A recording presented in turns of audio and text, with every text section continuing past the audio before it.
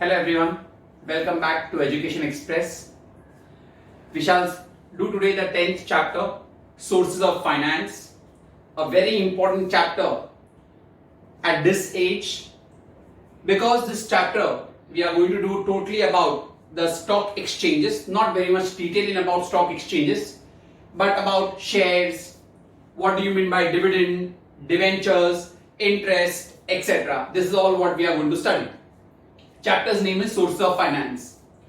The first thing is about this all stock exchanges and all, they come under capital markets. Now, the first thing, what do you mean by capital market? A capital market is an institution, it may be an instruments, it may be an organization that provide long-term funds.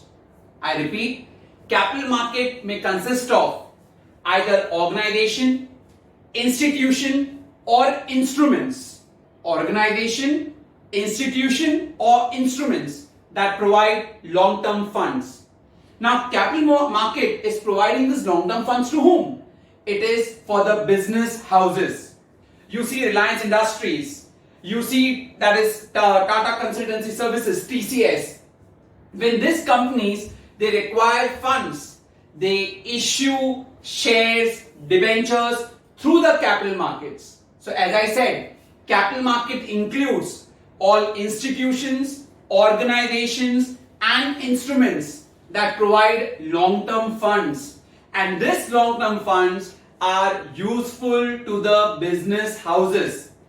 Now, a business houses get long-term funds through the use of this capital markets. Now, in the same way, the business houses, they get this long-term funds in two ways. That is, basically you can say, one is by way of owned capital and one is by way of borrowed capital. So one is owned funds and one is borrowed funds. Now, owned funds, if you go to see, you have got the share, equity shares,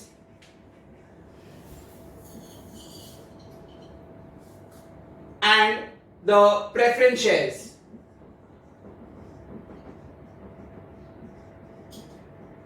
Borrowed funds may be either directly borrowing it from the loans from the companies, loans from banks, or by way of debentures. This is how they raise their funds. Either it can be owned fund or it may be borrowed fund. Now, these securities which are issued, they are either through primary market or maybe through secondary market. The issuing of securities is either through the primary market or through the secondary market. Now, what happens in case of primary market and what is secondary market? Directly we are doing the difference only of primary market and secondary market. In primary market, new securities are issued. New securities are issued in case of primary market. That means the companies are issuing shares for the very first time. So new securities are issued by the company for the first time. Whereas in secondary market, the existing securities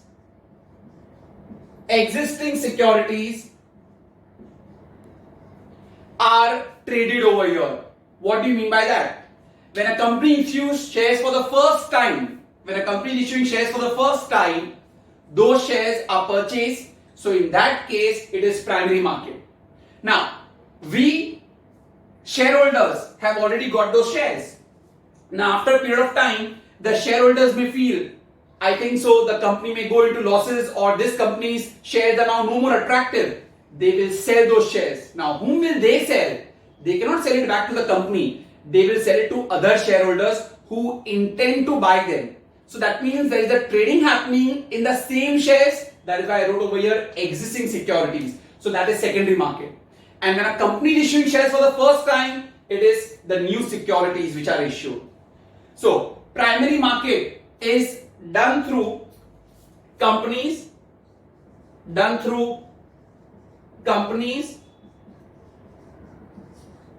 via intermediaries.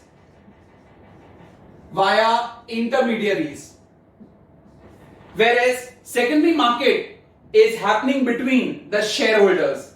There is no company involved over here. So happening between the shareholders.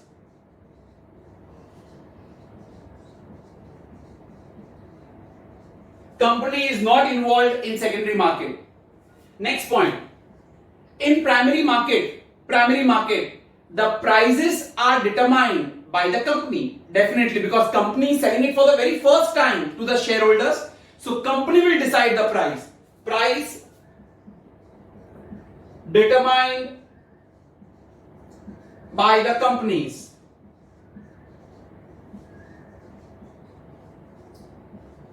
Whereas in case of secondary market, now I told you in secondary market the shareholders are only buying and selling it. So it depends, the prices are determined according to the demand and supply. What is the demand and supply of the shares in the market? On that basis the price are determined. Assuming many people are demanding for Reliance shares, but the supply is less, so prices will be what? More. But let us say there is a lot of supply of Reliance shares, but there is no demand, the prices may fall. So prices are determined according to the demand and supply in the market. So here price determined according to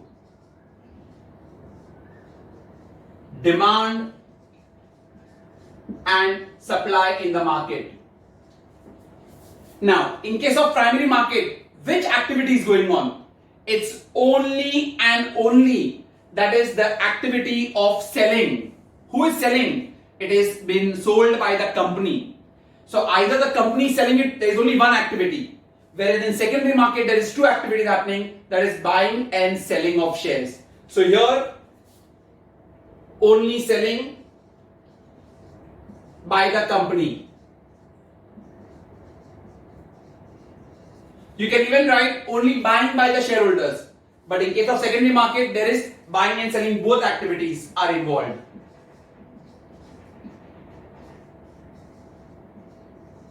And the last point, primary market, there is no geographical location fixed. No location fixed. Because companies are anywhere. Whereas secondary market, it happens via a stock exchange. And that is why they have got some fixed geographical location. Fixed geographical location.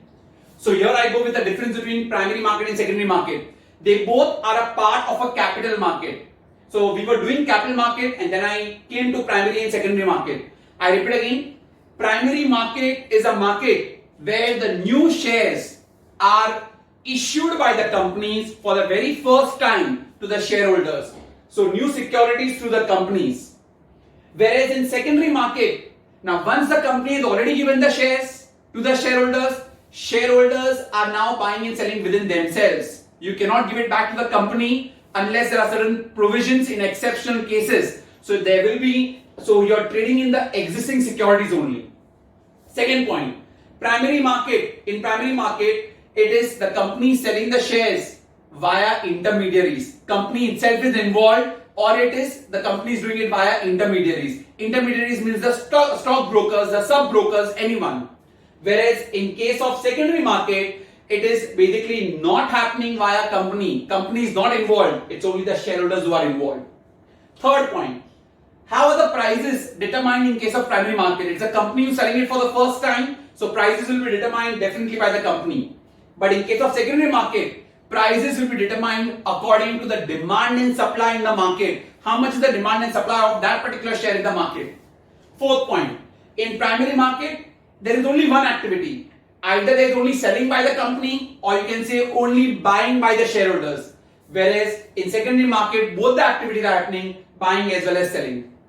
And lastly, in primary market, there is no fixed geographical location. But in secondary market, because you are doing through a stock exchange, there is a fixed geographical location.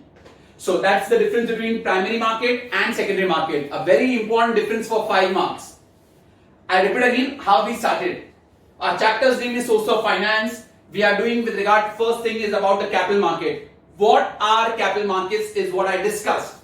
Capital market comprises of organizations, instruments or institutions which provide long-term finance. I repeat, capital markets comprise of organizations, instruments or institutions which provide long-term finance.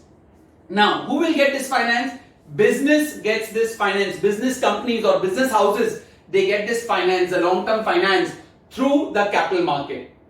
They get this finance by two ways. One is either by way of owned capital or by way of borrowed capital. Owned was either by equity shares or by preference shares, and borrowed was either you are taking loans from the banks or from the public, that is public deposit or debentures. The discussion about equity shares, preference shares and debentures shall be done as we proceed in the chapter. And then this capital market is divided into two markets. One is primary market and one is secondary market, and that we have already discussed between primary and secondary. One more time, primary market, when a company is issuing shares for the first time, it comes under primary market. And when the dealing of shares, existing securities are dealt, it is called as secondary market. In primary market, definitely company will be involved, but in secondary market, company is not involved. It's happening between the shareholders. Primary market, the prices are determined by the company, whereas in secondary market, the prices are determined depending upon the demand and supply in the market. Primary market, there is no fixed geographical location, but secondary market, there is a fixed geographical location. And lastly, primary market, it is only one activity. Either there is selling by the company or only buying by the shareholders, whereas in case of secondary market, there are both the activities, that is buying and selling. So I hope you have understood the concept of capital market. They are organizations, institutions or instruments which provide long-term finance, and the two types of capital market are primary market and secondary market. They are useful to the business houses to raise long-term finance. Now we shall do a 5-marker answer. This was also the difference for 5 marks. Now we shall do the functions of capital market, the 5-marker answer. I've already told you the meaning of capital market. Even when you are being asked a question on functions of capital market, you need to write the meaning of capital market. Without the meaning, marks will be cut. So see that you always write the meaning also of capital market. Let's start for a 5-marker answer. Functions of capital market. The functions of capital market are as follows. First point is promotion of thrift. Promotion of thrift. Now, capital markets, they promote the concept of savings among the people. It inspires the people to save their money. Thrift is nothing but savings. They inspire the people to save their money because people can get dividend and interest. They can get over here dividend or interest on their capital. When you are buying shares, if you've done 9 standard, a shareholder gets dividend. The return, the profits of the company are given to the shareholders in the form of dividend. And when you are buying debentures, in that case you get interest. So when you are doing promotion of thrift, what are you supposed to write? It inspires the people to save money, and on their capital they can get interest or dividend. Second point, investment avenues. Investment avenues. Now what is this investment avenues? Now because capital markets promotes or they provide profit avenues, it gives a big profit to the shareholders, to the debenture holders. So there is a sense of profitability over here. So profitable avenues are over here, and you get a good return on your capital. See, definitely when you are putting your money somewhere, when you are investing your capital somewhere, you expect a good return on your capital. So that's how it's an investment avenue for people, because everybody expects a return on their capital. Capital is the money what you have invested. So there are profitable avenues over here wherein you get return on your capital.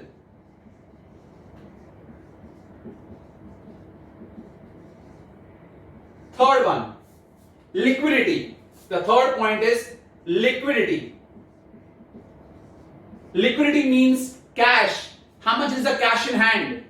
Now, all the securities, the shares or the debentures what you're trading, they all are negotiable. Negotiable means they are transferable. They can be buying and selling. So supposingly I have bought some funds, I've invested my capital in XYZ company and I have some emergency and I need the funds. No need to worry. It's not like a fixed deposit that you cannot redeem your money back immediately or something like that. Here you can redeem your money back. You can sell your shares. There will be some buyers who will buy and you can convert your capital into your cash. So whatever were your investments are converted into cash. So there is a sense of liquidity over here because the instruments are negotiable. Negotiable means you can buy and sell. They are transferable. That is called negotiable. So whenever you require the money, you can convert this investment into cash.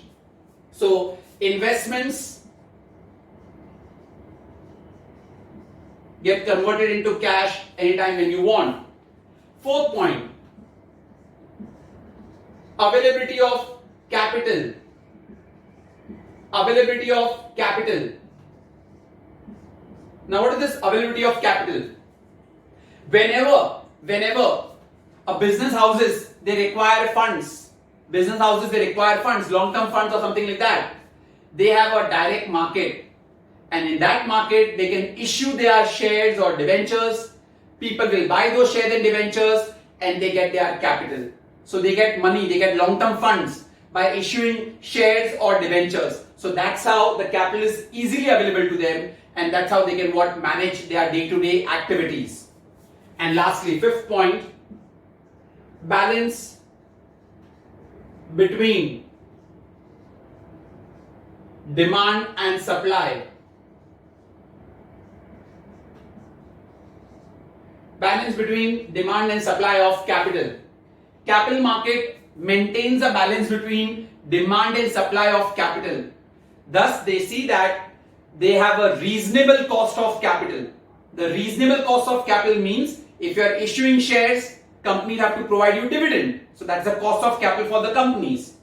If they are issuing debentures, if the companies are issuing debentures, they have to pay interest to the debenture holders. So interest is the cost of capital. So the cost of capital is reasonably maintained by the capital market. Thus they maintain the balance between demand and supply of the capital. So these are the 5 functions of capital market. I shall repeat them again. The first one, promotion of thrift. Thrift means savings.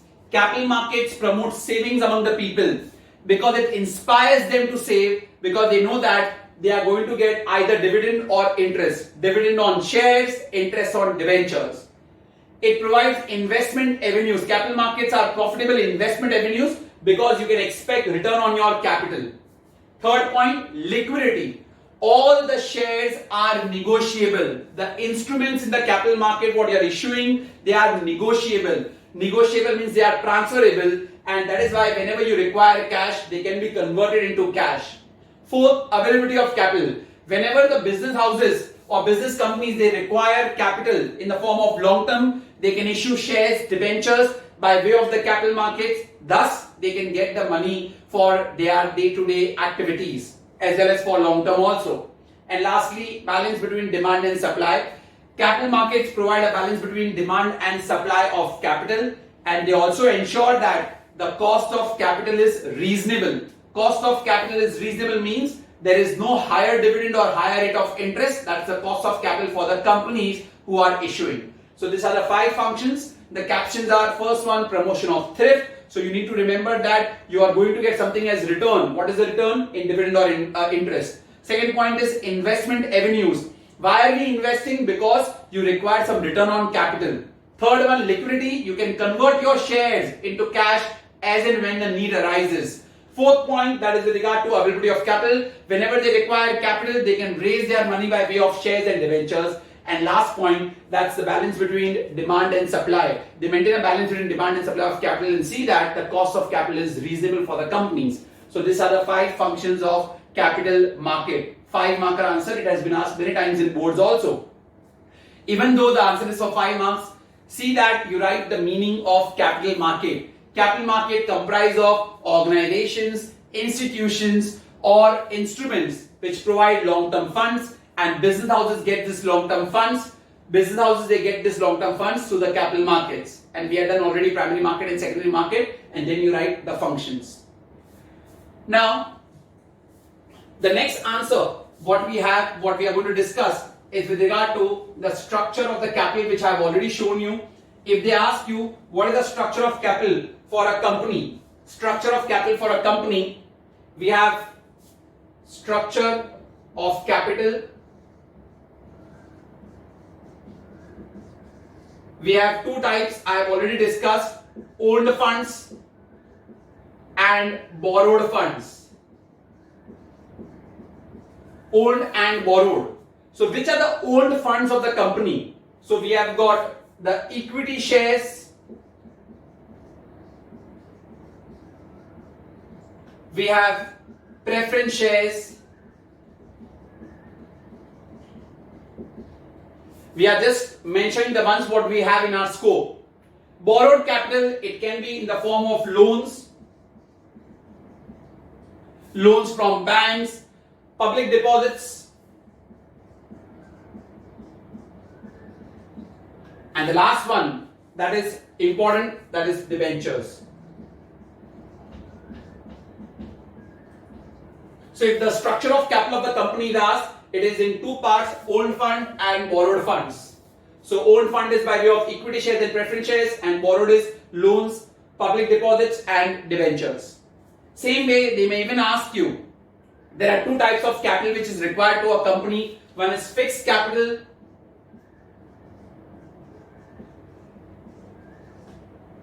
and one is working capital.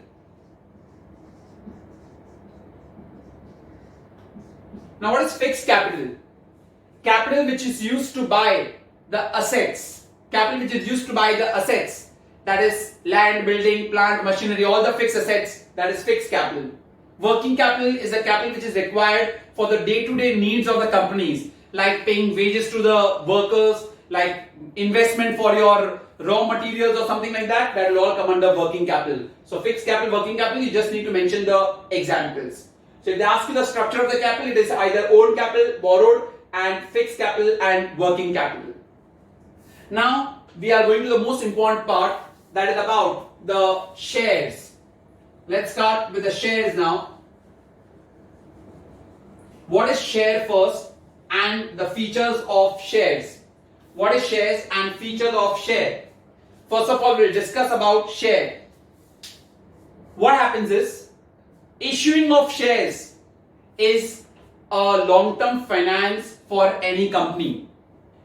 Issuing of shares is a long-term finance for any company. And share, the entire capital of the company, is divided into equal parts. Entire capital of the company, what they are supposed to raise, is divided into equal part, and each part is called as share. So share is a single part, one equal part out of the total capital of the company, that is called as share. The people who buy the shares, they are called as shareholders, and the total amount of capital is basically the share capital of the company. So one part of the entire share capital is called as share. The one who buys the share is called as shareholder, and the sum total of all the capital which the company is issuing is the capital of the company. The aggregate part is the share capital of the company. So you remember, shareholders are the ones who buy the shares, and the share capital, the entire capital of the company, is called as share capital. What is a share? What is a share? A share is one part of the entire capital. It's just one part, one divisible part of the entire capital of the company. And the shares, it bestows certain rights on a shareholder. That rights will be discussed, and the one who buys the share is called as shareholder. Now, what are the features of shares? 5 features are there. What are the features of shares? The first feature of share is certain rights are given to the shareholder. Which are the rights which are given to the shareholder? The rights are, you have a right to check the books of accounts of the company, you have a right to dividend, and you also have voting rights. So which are the rights given to a shareholder? Right to check the books of accounts, right to dividend, and voting rights. We are doing the features of share. So shares are bought by shareholders. It bestows certain rights on them. The first rights, under that you will say they get voting rights, they get the right to check the books of accounts, and they also get the right to dividend. Second point, every share has a face value. A face value. Shares have got a face value. Face value can be anything ranging from 1 to 100. The face value of a share, the nominal value of a share can be anything between 1 to 100. Third one, they have a distinctive number. Shares have distinctive number. The lots of the shares, how many you want to buy? One share, you can buy one share also, 10 shares, 100 shares, 1000 shares. So they have distinctive numbers. Fourth, what is the proof that you are a shareholder? The proof that you are a shareholder is a share certificate. A share certificate is issued by the company under its common seal. Every company has a common seal. If you remember in the 9th standard we have done, the signature of the company is called a common seal. So company issues a share certificate stating that you are the holder of the shares. So many shares are in your name. So under the common seal of a company, so they get a share certificate. And the last point, the fifth point, the shareholders, the shares are transferable. The shares are transferable. Transferable means you can buy and sell. We have done this point in the functions of capital market. The shares are negotiable, so they are transferable. They can be bought as well as be sold. So these are the 5 features of share. First, you write the definition of the share. A share is one part of the entire share capital of the company, a divisible part of the entire share capital of the company. One who buys the share is called as shareholder. The 5 features of shares are as follows. The first point is rights. Which are the rights what a shareholder gets? He has the right to check the books of accounts. He has a right to check. He has a right to get a dividend, and you also get voting rights. Second point, that is face value. Shares have a face value, a nominal value, which can be anything ranging from 1 to 100. Third one, they have distinctive numbers. You can buy one share, you can buy 10, you can buy 100, 1000, lakhs, any number. Fourth point, that is share certificate. Share certificate is a proof of title which is given to a shareholder that you are a shareholder of a company. So share certificate is given under the common seal of the company. And lastly, shares are negotiable. That means they are transferable. You can buy and sell shares. So these are the 5 features of shares. There are no captions given. You can definitely make these points as the caption: rights, face value, distinctive number, share certificate, and transferable. And then you can write the points as given. The more you write in point form with the captions, the better you get marks. But remember, you need to write a definition even if they haven't mentioned to you about them. Now, we go with the types of shares. Which are the 2 types of shares what we have done under the owned capital? Equity shares and preference shares. Let's now go in depth first about equity shares. Equity shares are the permanent capital of a company. Remember, they are the permanent capital of company. Permanent capital of the company. Why am I saying equity shareholders? They represent the permanent capital of the company. Listen very carefully.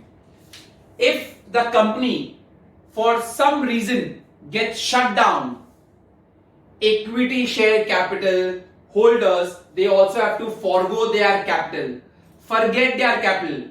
Company gets wind up when the company gets closed down, equity shareholders also lose entire money. So that means once you have given your capital to the company, you can't expect it to be given back to you. I'll give you a very simple example. If you remember at the start I told you, company issues shares to whom? To the shareholders. Shareholders, they will buy the shares. Now if one shareholder has to leave the company, can he give it back to the company? No. He will sell it to some other shareholder. So you see there is this changing of hands between the shareholders. But once what you have given to the company is with the company. Now suppose if the company gets shut, that's winding up of the company, the equity share capital has to forget its capital. You aren't going to get back your capital at any cost. That's why I say permanent capital. That's why equity shareholders have the residual claim over their capital. Residual claim means the last claim over their capital. When all the creditors are paid by the company, whatever company have their creditors, they will pay to them all, and if money is left, then the equity shareholder will get. If no money is left, equity shareholder will not receive a single penny. That's why it is called permanent capital and they have a residual claim. I hope the concept is clear. I repeat one more time. Once the shares are issued by the company, they are now with the shareholders. If a shareholder is not intending to be staying in the same company by keeping the shares, he can sell it to some other shareholder, but not back to the company. That means once what the company is given is with the shareholder. Now, in case of equity shareholder, if the company gets wind up due to some losses, the equity shareholders will not receive their money back. That money is gone now into the company. That is why it is called permanent capital. And eventually when the company is paying off their debts, first the other creditors will be paid off and the last claim will be of the equity shareholder. Therefore, they have got residual claim. Residual, the leftover claim. Very important point to understand. So, equity shareholders represent which capital? Permanent capital, that is why. The next one, let's speak about their dividend. The rate of dividend given to an equity shareholder is fluctuating dividend rate. Fluctuating dividend. First of all, again, those who are not aware about what do you mean by dividend, the profits of the company are given to the shareholders, and that form of profit sharing by the company to the shareholders is dividend. So, equity shareholders, they get fluctuating dividend. What does that mean? If the company makes more profit, they will get more dividend. Company makes less profit, they will get less dividend. Company does not make any profit for that year, no dividend for that year. So that's why the rate of dividend is fluctuating. It depends upon the profits of the company.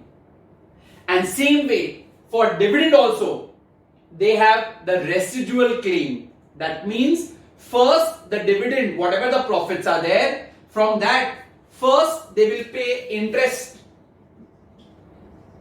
to the debenture holder. Then they will pay dividend to the preference shareholder. And lastly, whatever money is left, that dividend will be paid to the equity shareholders. That is why in case of dividend also, they have the residual claim. Same way for the dividend also. Like capital was also residual. Because when the company gets wind up, first they will pay to the debenture holder. Then they will pay to the preference shareholder. And then if money is left, then they will pay to equity shareholder. If no money is left, nothing to be paid.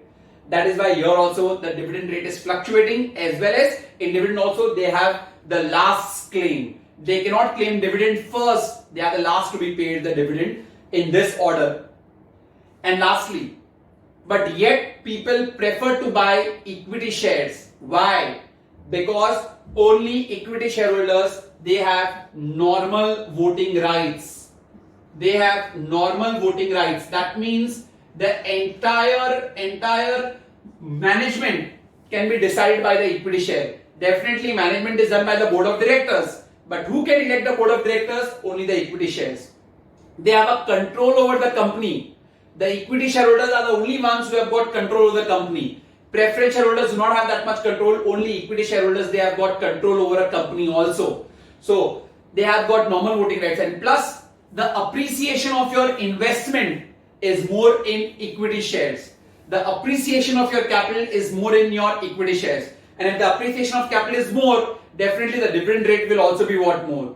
Therefore, the people who intend to take risk, There are in share market also, amongst the shareholders also, there are some who are risk takers. The one who takes risk, they may incur more profit also, more losses also. So they always buy equity shares. The one who are very cautious, they don't want to take more risk, they go for preference shares. That's how it is. So they get normal voting rights. They are the ones who will elect a board of directors who manages the entire company. They have got entire control of the company. There is a lot of capital appreciation, and they also get, if the company makes higher profits, they get good dividend also. That's the entire summary of equity shares. If you understand this, the features are very, very simple to understand. I repeat again. First thing, remember for your general knowledge also, equity shareholders, they represent which capital? They are the permanent capital of the company. Why do we call them as permanent capital? Because if the company gets wind up, they will not get their money back.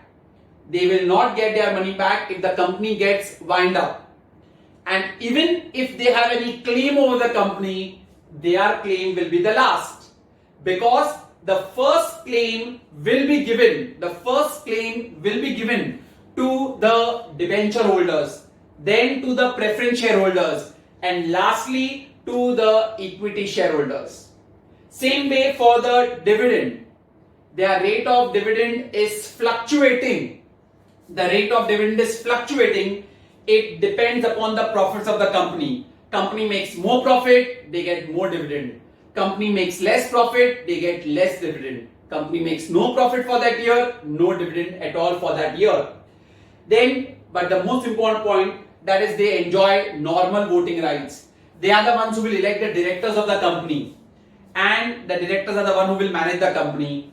They also have got entire controlling power. Nobody else has got a controlling power as much as an equity shareholder has got.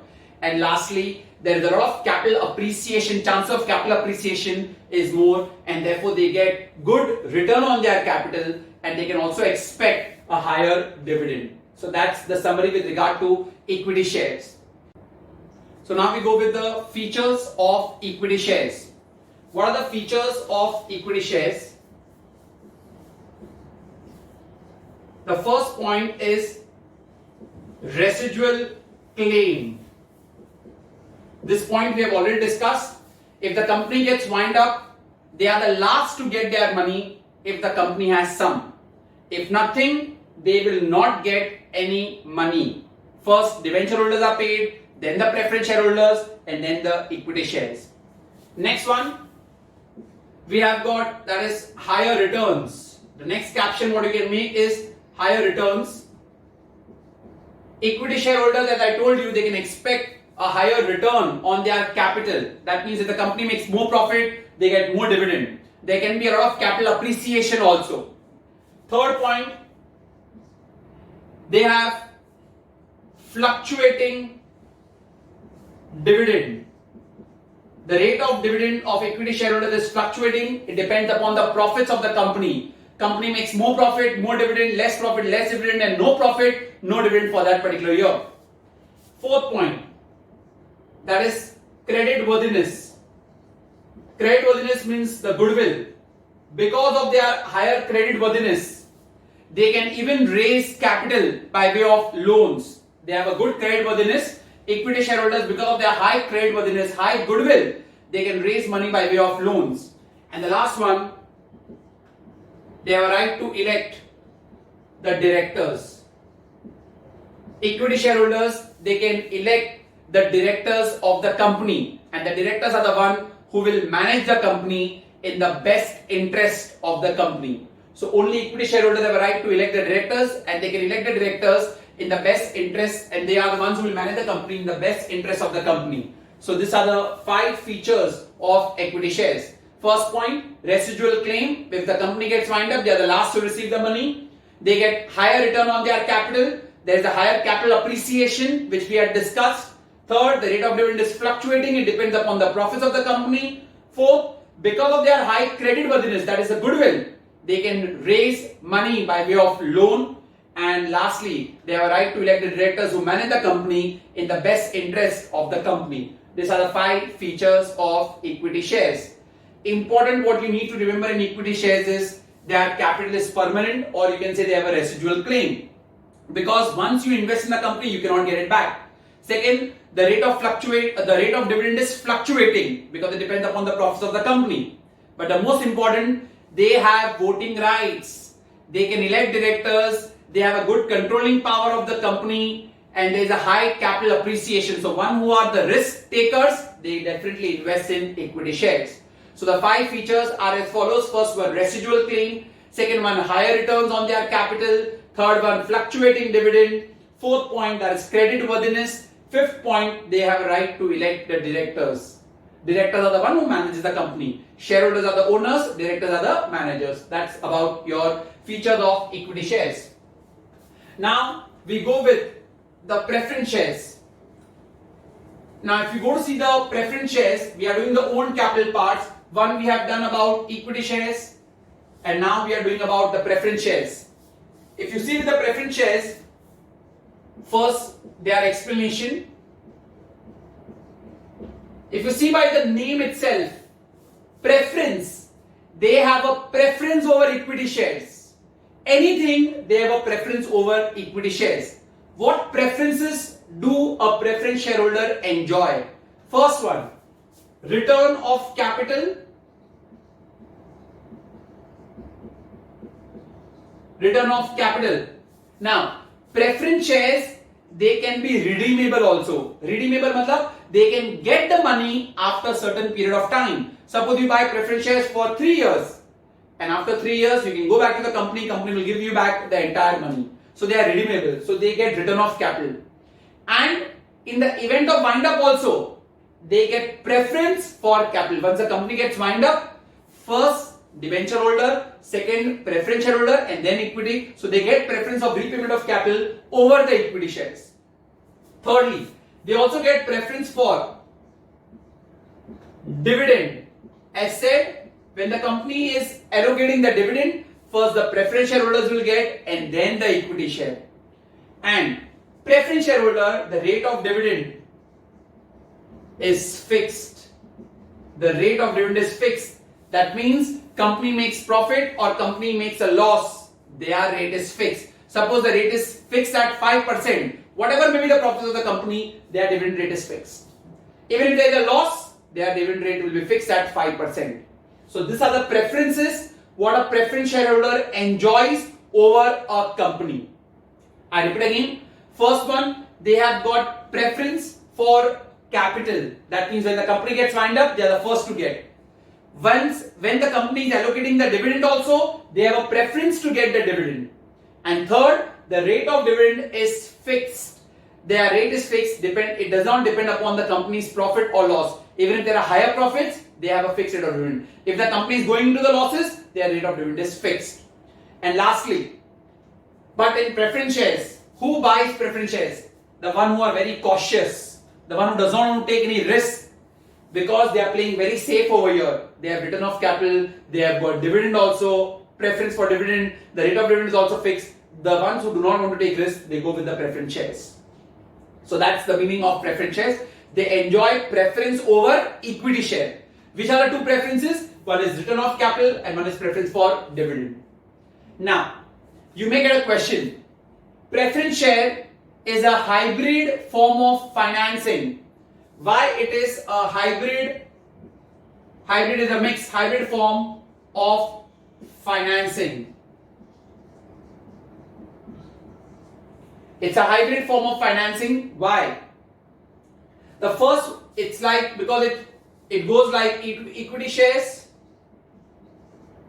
and it also works like the debenture holders. Now, why like the equity shares? Why is preference shareholder like a equity share? If you see that, they also will get dividend. They will get dividend only when there are profits. If there are no profits, even they will not get any dividend. So preference shares are like equity shareholders as well as like the debenture holder. Therefore, they are called a hybrid form. Why like equity? If no profits, no dividend. If no profits, no dividend. Same like debenture holder. Why? a debenture holder, since we haven't discussed, but yet I will tell you, a debenture holder, they get fixed rate of interest. So even preference shareholder, they get fixed rate of dividend. Debenture holder, they are not the owners of the company, they are creditors, so they cannot have any voting rights. Even preference shares have no voting rights.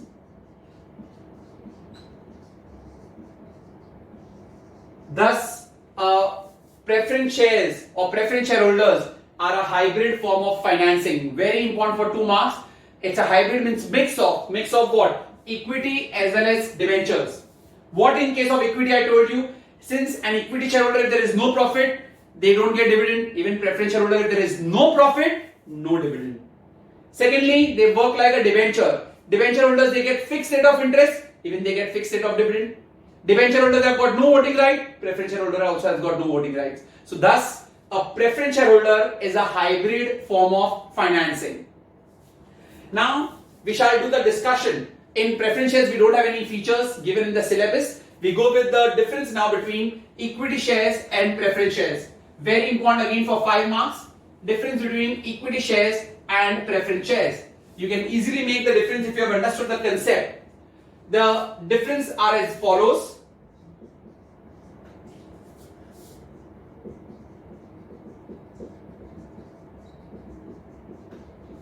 Now, equity shares as well as preference shares.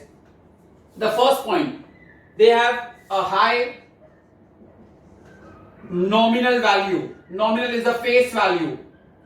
I'm very sorry. They have low nominal value, equity shares, as compared to the preference shareholders. They have a low nominal value, whereas preference shares, they have a high nominal value. High nominal value. Secondly, equity shareholders, they have voting rights. No voting rights.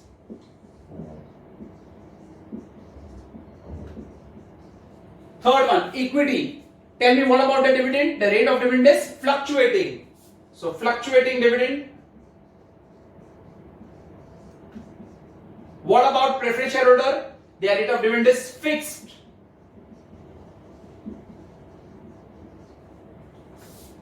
Then with regard to no preference for repayment of capital, because who gets a preference for repayment of capital when the company gets wind up? It's a preference share. So no preference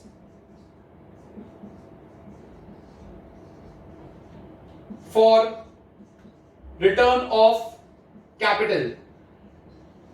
But preference shareholders, they have preference for return of capital.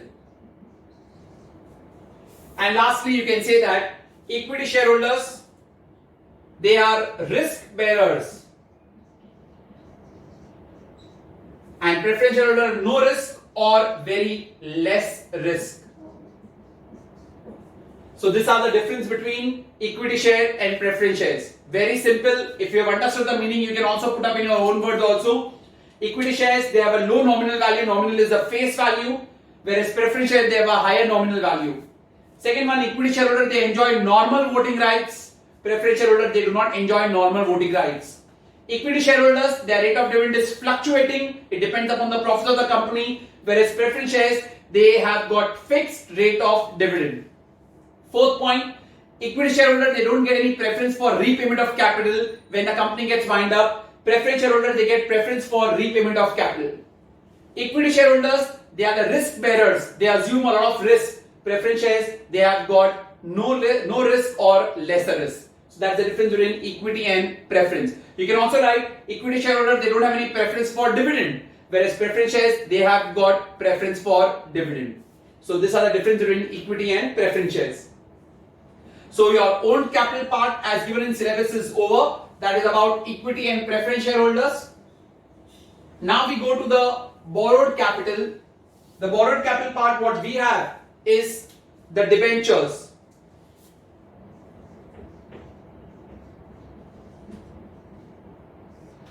Remember that debenture holders are the creditors of the company, Why are they called creditors? Because they have given a loan. It is assumed like they have given a loan to the company. It's taken as a loan given to the company. Debenture holders, they are the creditors of the company. Why are they creditors of the company? Since they have given a loan to the company. Now, because they have given loan, they are not the owners. Who are they? Creditors. So what are they going to get? Return on loan. Return on loan is always in the form of interest. So they have got interest, which is at fixed rate. The rate of interest is fixed.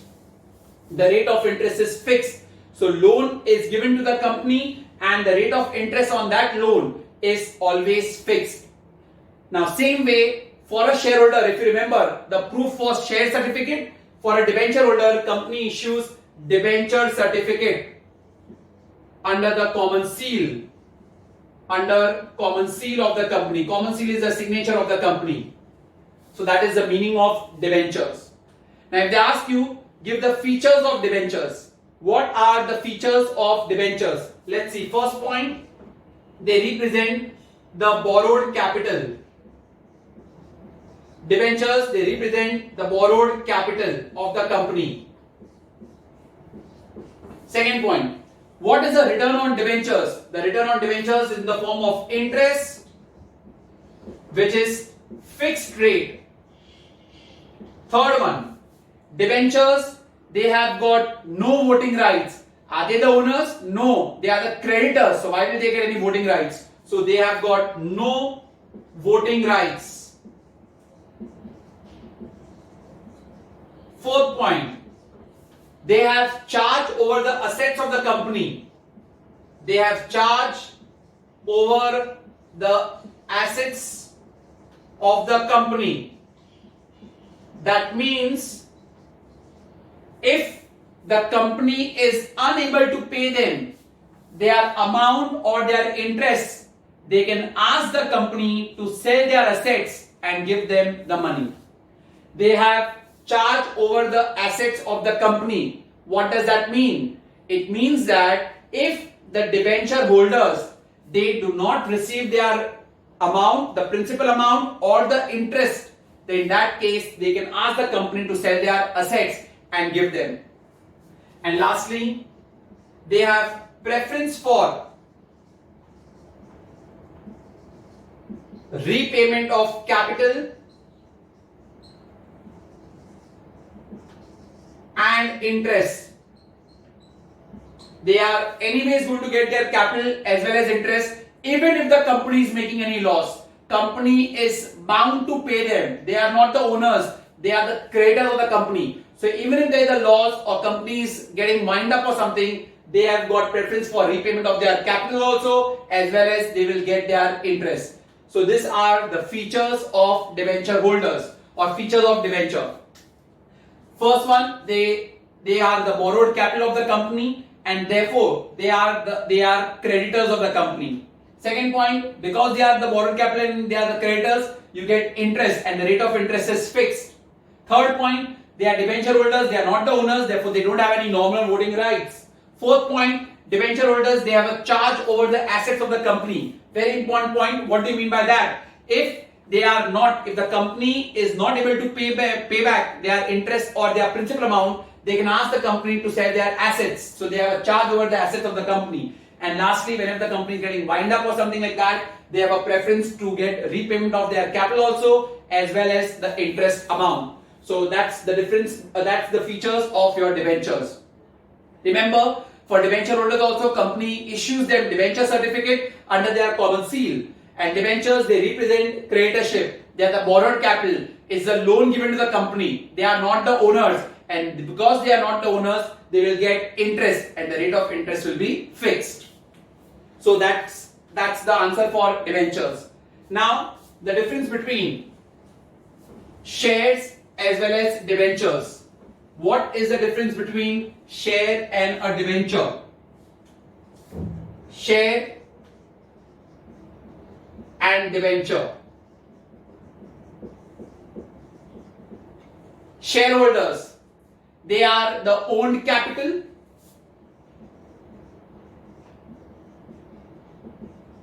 Tell me what was debenture? They were the borrowed capital.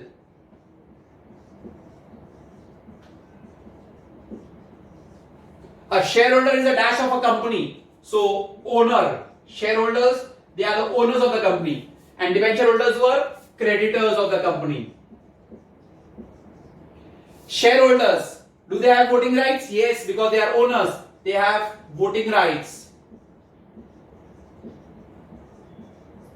Debenture holders, they are not the owners. So therefore they have no voting rights. What do a shareholder get return on their capital? They get return as dividend. Return is as dividend. What is the return what a debenture holder get? They get interest on their capital. And lastly, shareholders, they have no preference for repayment of capital.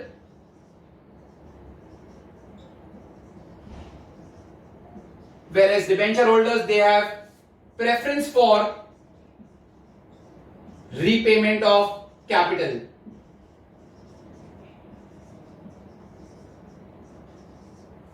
So debenture holders, they are the borrowed capital. Shareholders, they are the owned capital. Debenture holders, they are called the creditors of the company. Shareholders, they are the owners of the company. Debenture holders, they have got no voting rights because they are not the owners. Shareholders, they have got voting rights. Shareholders will get return in the form of dividend. Debenture holder will get return in the form of interest. Shareholders, they have got no preference of repayment of their capital because first preference when the company gets wind up is to the debenture holder. You can even write shareholder have no charge over the assets of the company, whereas debenture holders, they have a charge over assets of the company. Shareholder has got no charge over the assets of the company. Debenture holder has got charge over the assets of the company. I hope you remember that point. That means if a shareholder, he is not paid, he cannot ask the company to sell their assets. But debenture holder, if he is not paid, he will definitely ask the company to sell their assets. So they have a charge over the assets, they don't have a charge over the assets. They have got preference for repayment of capital, they don't have any preference for repayment of capital. They get interest on their capital, they get dividend on their capital. Debenture holder does not have any voting right, they have normal voting rights. Debenture holders are the creditors, they are the owners, and debenture holder, they represent borrowed capital, whereas they represent the owned capital of the company. So that's the difference between share and debenture. I hope now all the terms about equity shares, preference shares and debentures is clear. That's why equity shares and preference shares, they were the owned capital, and debenture holder, it comes under the borrowed capital. And now we go with the last answer of the chapter, that is, which are the ways how commercial banks can raise loan, or commercial bank gives loan, or how does commercial bank grant credit. We have done the same answer in the 9th standard also. How does commercial bank grant loans? So first one what we have is the term loans. Term loans are medium term loans. The loans are given on the security of some assets. You need to keep some assets as mortgage, and then only the loans are given. In term loans, interest will be charged on the whole amount, and you have to pay interest either back, you have to pay the whole amount or the interest either in your installments or in lump sum. That's it. It's same like the loans and advances what we had done. I repeat again, they are medium term loans. Banks will give you loan only on the security of your asset.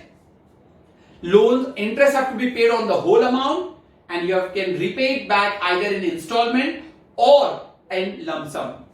Second one, we have got cash credit. Cash credit is like a revolving credit. Here you have to pay the interest only on the amount which is actually withdrawn. The banks will offer you loan, but you can take loan how much ever you want, and thus interest will be paid only on the amount which is actually withdrawn. Here also they will offer you loan only on the security of your asset. Third point, overdraft facility. If you remember, overdraft facility is a facility given only to the current account holder to maintain his working capital shortages. So if the funds are short in their bank account, the bank can manage the shortage of that funds for a short period of time. So overdraft facility is given only and only to a current account holder. I have given you an example. If you assume that you have an 50,000 balance in your account and you issue a check worth rupees 60,000 to someone, in that case the check is supposed to get dishonored. But if it's a current account check, the check won't get dishonored. That means bank has offered you a loan of 10,000 which you need to repay it back. So banks maintain the shortage in the working capital of a businessman. That is called overdraft facility, provided only to the current account holder. And the last one, fourth one, what you have is bills of exchange. A very important concept. What do you mean by bills of exchange? In case of bills of exchange, the banks are paying on your behalf for a particular period of time. Banks are paying on your behalf. Take for example, A sold goods to B. A has sold goods to B worth rupees 5 lakhs. B has not paid any amount back to A. In return, B has given a bill of exchange to A. B has given a bill of exchange to A for a period of 60 days. Assuming for a period of 60 days. A can get this 5 lakh rupees from the bank after discounting this bill of exchange. The bill of exchange is a credit instrument which B gave to A because he had purchased goods worth rupees 5 lakhs. A can get this funds from a bank. A can get this funds from a bank. That is because the period was 60 days. A wanted this fund, so A got it first only. So in that case, bank will charge an interest for this 60 days on 5 lakh. Assuming the interest is 5,000 rupees. So bank will pay to A 4,95,000. The 5,000 is the interest which is deducted, and that is called discounting of bill of exchange for the period of 60 days. Now at the maturity, that means when 60 days will get over, B shall not pay to A. B will pay the entire amount of 5 lakhs to bank on the completion of the maturity, that is 60 days. That is called as bills of exchange. I repeat again. In bill of exchange, bank is repaying on behalf of the customer if a bill of exchange has been issued. So if A is selling the goods to B for rupees 5 lakhs and B has given a bill of exchange for 60 days, in that case A can get this money from the bank. Bank will charge an interest of that 60 days period, that is called discounting, and on the due date B will pay to the bank the whole amount of 5 lakhs. So these are the ways how bank grant loans. Bank grant loans in the form of term loans. Term loans, interest will be charged on the whole amount irrespective of your usage. Cash credit, it's a revolving credit. Interest will be paid only on the amount which is actually withdrawn. Overdraft facility is given to the current account holder to maintain the shortage of the balances in the account for the businessman. And bill of exchange, bank repays on behalf of the customer and they charge interest, that is called discounting, and the customer will later on pay to the bank on the maturity or the due date. That's it, what you have in the entire chapter. Now, just going with the summary, what we started with, the meaning of the capital market, what we had done first. Capital market is an institution or organization or the instruments which are issued for long-term funds. Business houses use this capital market for raising the long-term finance. So that's how, and they have, capital markets are two, primary market as well as the secondary market. We have already done the difference between the two.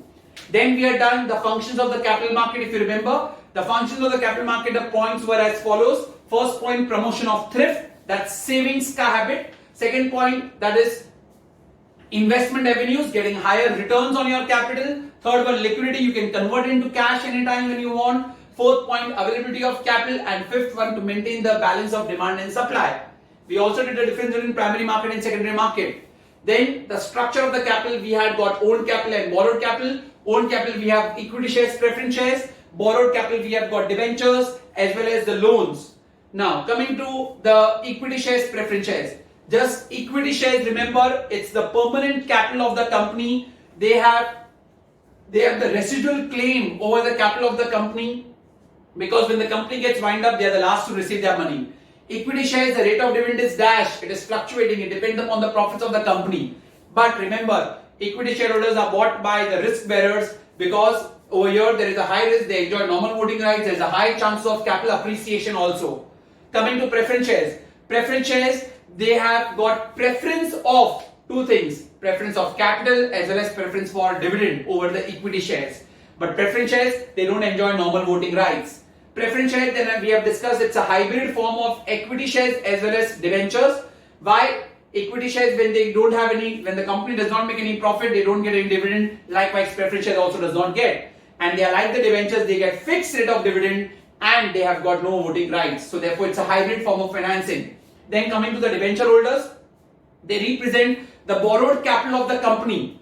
They are the borrowed capital of the company. Debenture holders, they get interest. They don't get dividend, they get interest. They don't have any voting rights, but they have a charge over the assets of the company. If the company is unable to pay them, they can ask the company to sell their assets. Then we have done the difference between share and debenture. We also done the difference between equity and preference share. And lastly, how does a commercial bank grant loans? There are only 4 ways. One is term loans, cash credit, overdraft, and bill of exchange. So that's it, what we have in the chapter. We have done according to the syllabus.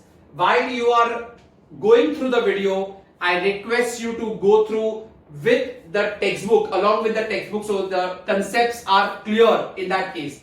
All the 3 differences are very, very important. Primary market, secondary market, equity shares, preference shares, and share versus debenture. When you are writing a difference, write with the basis of distinction. Base of distinction is compulsory when you are writing them.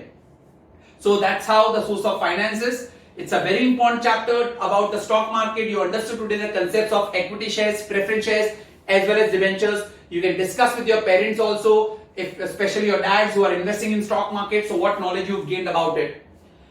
If any doubts with regard to that, you can definitely message me or call me. One more thing, just a disclaimer to put up. Now this is, the video is from my own place. I now cannot go to the class. There you see there is a difference in the background, the backdrop, but definitely you won't have to compromise on the content, the knowledge what has been provided to you. Because of the complete lockdown, it's very difficult for the teachers to go to the class. My digital setup is in the class. I have anyways yet tried my best to give the video. Yet if you have any recommendations, any feedback is most welcome. Thank you very much for watching the video.